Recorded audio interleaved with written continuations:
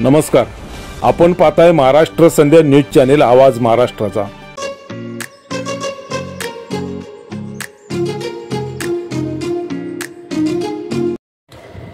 नमस्कार। केंद्रीय सामाजिक न्याय राज्यमंत्री नामदार रामदासजी आठवले यांच्यावरील सहवासातील आठवले या पुस्तकाचं प्रकाशन काल मुंबईत वर्डी नेहरू सेंटर येथे संपन्न झालं। या पुस्तक प्रकाशन सोहळ्यात आंबेडकरी चळवळीतील विचारवंत आणि पक्षाचे राष्ट्रीय महासचिव माजी मंत्री अविनाशजी महातेकर यांनी वैचारिक मंथन केले, त्याबद्दलची ही बातमी आहे। या पुस्तक प्रकाशन सोहळ्यात आदरणीय अविनाशजी महातेकर काय म्हणाले ते आपण या व्हिडिओच्या माध्यमातून पाहू।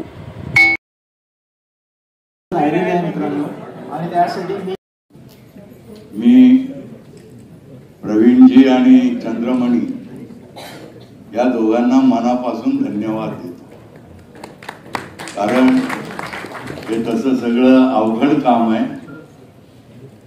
ज्या पद्धतीनं पुस्तकाचा आकार आणि पुस्तकाची व्याप्ती ही आपल्याला दिसते, त्यानुसार हे अतिशय मेहनतीचं काम आहे। त्यासाठी त्यांनी जवळजवळ 85 कार्यकर्त्यांच्याकडून लेख गोळा केले। त्याचं मुद्रण व्यवस्थित केलेलं आहे, मुद्रण चांगलं केलेलं आहे आणि असं जवळजवळ 700 पानांचं पुस्तक त्यांनी उपलब्ध करून दिलेलं आहे। त्याबद्दल मी प्रवीण आणि चंद्रमणी यांना मनपूर्वक धन्यवाद देतो। चळवळीमध्ये वावरत असताना असं काही पुस्तकं आपण तयार करावीत वगैरे या गोष्टी आमच्या काही फारशा ध्यानामध्ये येत नाही, पण त्यांनी बाकी जाणीवपूर्वक, म्हणजे आम्ही चळवळीमध्ये काम करीत असताना जरी पुस्तकं वगैरे अशी नाही तरी देखील त्यांनी आठवले साहेबांचे खाजगी सचिव म्हणून पीए म्हणून काम करीत असताना देखील त्यांनी त्यांची चलाखी दाखवली आणि त्यांनी हे पुस्तक निर्माण केले। माझ्या मताप्रमाणे या पुस्तकाच्या निमित्तानं रामदासजी आठवले यांचं कर्तृत्व हे अजरामर झालेलं आहे, कारण लोकांना जेवढे दिसतात तेवढंच व्यक्तिमत्व ओळखायची सवय झालेली आहे। त्याच्या पलीकडे हा माणूस कसा असेल, संकट काळात हा माणूस कसा वागत असेल, समाज अडचणीत येताना हा माणूस कसा वागत असेल, समाजाची पिळवणूक होताना हा माणूस कसा वागत असेल, याचा कोणी फारसा विचार करत नाही। ज्याचं पेपरला नाव येतं त्याला ते नेता मानतात आणि कामाला सुरुवात करतात। आठवलेंच्या बाबतीमध्ये तसं नाही।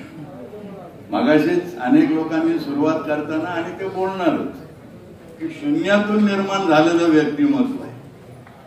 मी सुद्धा जे आठवले पाहिले ते याला काय म्हणतो त्याला आपण राजा ढालेंच्या तिथे आठवले साहेब पत्र लिहित बसलेले असायचे। आम्ही पॅन्थरचे नेते त्यावेळेला तिथं राजाला भेटायला जायचो आणि मग त्याच्यानंतर त्या हॉस्टेलमध्ये खाली जाऊन काहीतरी खावं म्हणून आम्ही निघायचो।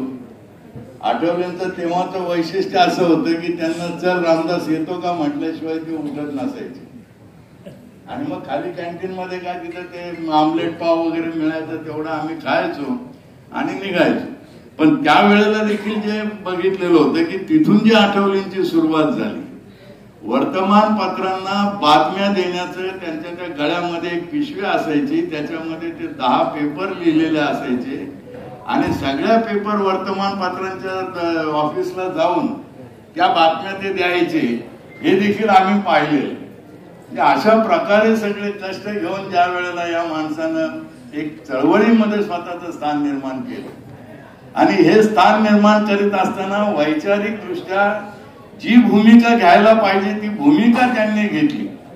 म्हणजे केवळ आपल्या जातीचंच राजकारण करायचं का? अजिबात नाही। आपल्या राजकारणामध्ये केवळ मुलं पुरुषच पाहिजेत का? अजिबात नाही. दंगल करायला पाहिजेत का? अजिबात नाही. त्यांनी जे राजकारण केले व्यापक भूमिका घेऊन गेली आणि ती जाणीवपूर्वक घेतली. म्हणजे आपलं संघटन करीत असताना आंबेडकरी समूहाच्या बरोबरच इतर समाजातील लोक आपल्याकडे कसे येतील, म्हणजे मराठी कसे येतील किंवा आणखीन कुणबी कसे येतील हे जसं बघितलं, तसं खालच्याही जाती जमातीचे लोक कसे येतील हे त्यांनी जाणीवपूर्वक बघितलं आणि या सर्व लोकांची एक मोठ बांधायचा त्यांनी जो प्रयत्न केला हा देखील एक चांगला सिग्नल अशा लोकांच्या मध्ये गेलेला. साधारणपणे आंबेडकरवादी चळवळ म्हटलं की ते बौद्ध किंवा एका विशिष्ट जातीचे असंच एक मानण्याची परंपरा आहे. पण त्याच्या पलीकडे जर आपल्याला बुद्ध आणि आंबेडकर न्यायाचे असतील तर आपल्या देखील एका भूमिकेमध्ये फरक झाला पाहिजे आणि तो फरक रामदास आठवले यांनी अतिशय चांगल्या प्रकारे गिरवले. निश्चितपणे या पुस्तकाच्या रूपाने मगाशी मी म्हटल्याप्रमाणे अजरामर होते. त्याचं कारण असं आहे की चळवळीमध्ये काय काय घडतं, किती कष्ट करतो आपण. 24 तास लोक काम करतात. मला अनेक कार्यकर्ते असे माहित आहेत रात्रीचे 12, 12:30, 1, 1:30 ला घरी जातात. घरी गेल्यानंतर ती बायको बिचारी झोपेतून उठते आणि त्यांना ते जेवायला वाढते. ते जेवत असताना तो सांगत बसतो, आज मी आठवले साहेबांना असा बोललो, आज मी आठवले साहेबांना तसा बोललो, आज त्यांच्या बरोबर इकडे गेलो. बिचारीच्या डोळ्यावर झोप असते पण ते ऐकत बसते. ही जी एक व्यवस्था आपल्याकडे चळवळीतून तयार झाली, चळवळीतून म्हणजे घरचं तुमचं घर जे बसलेलं आहे त्याला देखील एक चळवळीचाच आकार आहे, चळवळीचाच आधार आहे. तर या सगळ्या परिस्थितीमध्ये रामदास आठवले हे फार पुढे पुढे पुढे निघत शांतपणे ते अगदी पूर्व दिशेला जावं शांतपणे आणि सूर्याला जाऊन भेटावं तसं सूर्याला जाऊन भेटलेले आमचे या चळवळीमध्ये जसं मगाशी मी म्हटलं नेतृत्व एक चूक आमचे नेते सतत करत आले. बाबासाहेब आंबेडकरांच्या नंतर ज्यांनी चळवळ डोक्यावर घेतली, हातामध्ये घेतली, त्यांनी निश्चितपणे समाजाच्या साठी काम केलंय, त्याच्यामध्ये माझं दुमत नाही. पण एक गोष्ट त्यांना फार जमले नाही, राजकीय सत्ता आपल्या हातामध्ये घेणं हे आपलं प्रयोजन असायला पाहिजे होतं. मंत्र्यापाठीमागून मंत्री आपल्याकडे असायला पाहिजे होते. ते काही त्या लोकांना जमलं नाही. रामदास आठवलेंनी सातत्य ठेवलं आणि सतत त्यांनी मंत्रिमंडळामध्ये किंवा सरकारच्या प्रतिनिधी मंडळांच्या मध्ये त्यांनी शिरकाव केला, पक्षाचा शिरकाव केला. पक्षाच्या वतीने त्यांनी काही भूमिका घेतल्या, पक्षाच्या वतीने त्यांनी काही मागण्या ठेवल्या आणि त्या मंजूर करून घेतल्या. हे एक मोठं त्यांचं कर्तृत्व आहे आणि निश्चितच त्याबद्दल आजची पिढी जी आहे ती पिढी निश्चितच त्याच्याबद्दल त्यांच्याविषयीचं ऋण व्यक्त करते. सीमाताई त्यांच्या पत्नी आहेत. सीमाताईंच्या बद्दल देखील म्हणजे रामदास आठवले आणि सीमाताई म्हटल्यानंतर एक जोडपं जे आपल्या डोळ्यासमोर येतं ते एक चांगलं जोडपं डोळ्यासमोर येतं. पण रामदास आठवलेंची जी सामाजिक बांधिलकी आहे तिला उचलून धरायचं काम सीमाताईंनी देखील केलेलं आहे आपल्या.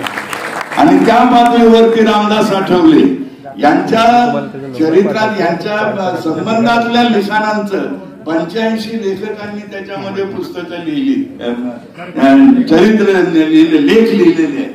85 लोकांचे लेख आहेत. बरे वाईट अनुभव आहेत. अनेक अनुभव मला स्वतःला देखील लहान लहान गमती माहिती आहे. मला माहिती आहे त्यांना पायामुळे चालता येत नाही फारसे किंवा जिने चढता येत नाही आणि आपला जो जातो बिल्डिंग मधला कार्यकर्ता त्यांची तारीख मागतो, ते लगेच त्याला तारीख देतात आणि कार्यक्रमाच्या दिवशी तिथं जातात आणि तेव्हा विचारतात त्याला कार्यक्रम कुठे आहे रे? म्हणजे साहेब याच बिल्डिंग मध्ये. कुठे? पण 4थ्या मजल्यावर. 4 मजल्याचा जिना ते कसे चढून जातात आम्ही डोळ्याने पाहिलेले. 4 मजल्याचा जिना चढतात पण दुसऱ्या वेळेला जरी कोणी आला तरी त्याला ते विचारत नाही की तुझा कार्यक्रम कितव्या मजल्यावर आहे, ते जातातच त्या कार्यक्रमात.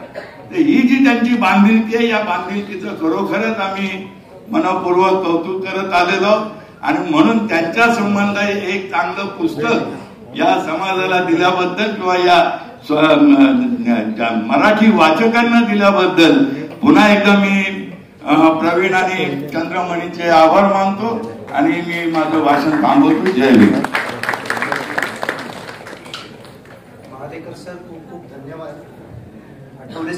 बद्दल बोलत असताना तुम्ही एक महत्वाची गोष्ट म्हटली, ती म्हणजे सूर्याला जाऊन भेटलेले आमचे रामदासजी आठवले आहेत आणि त्यातच खूप काही आहे.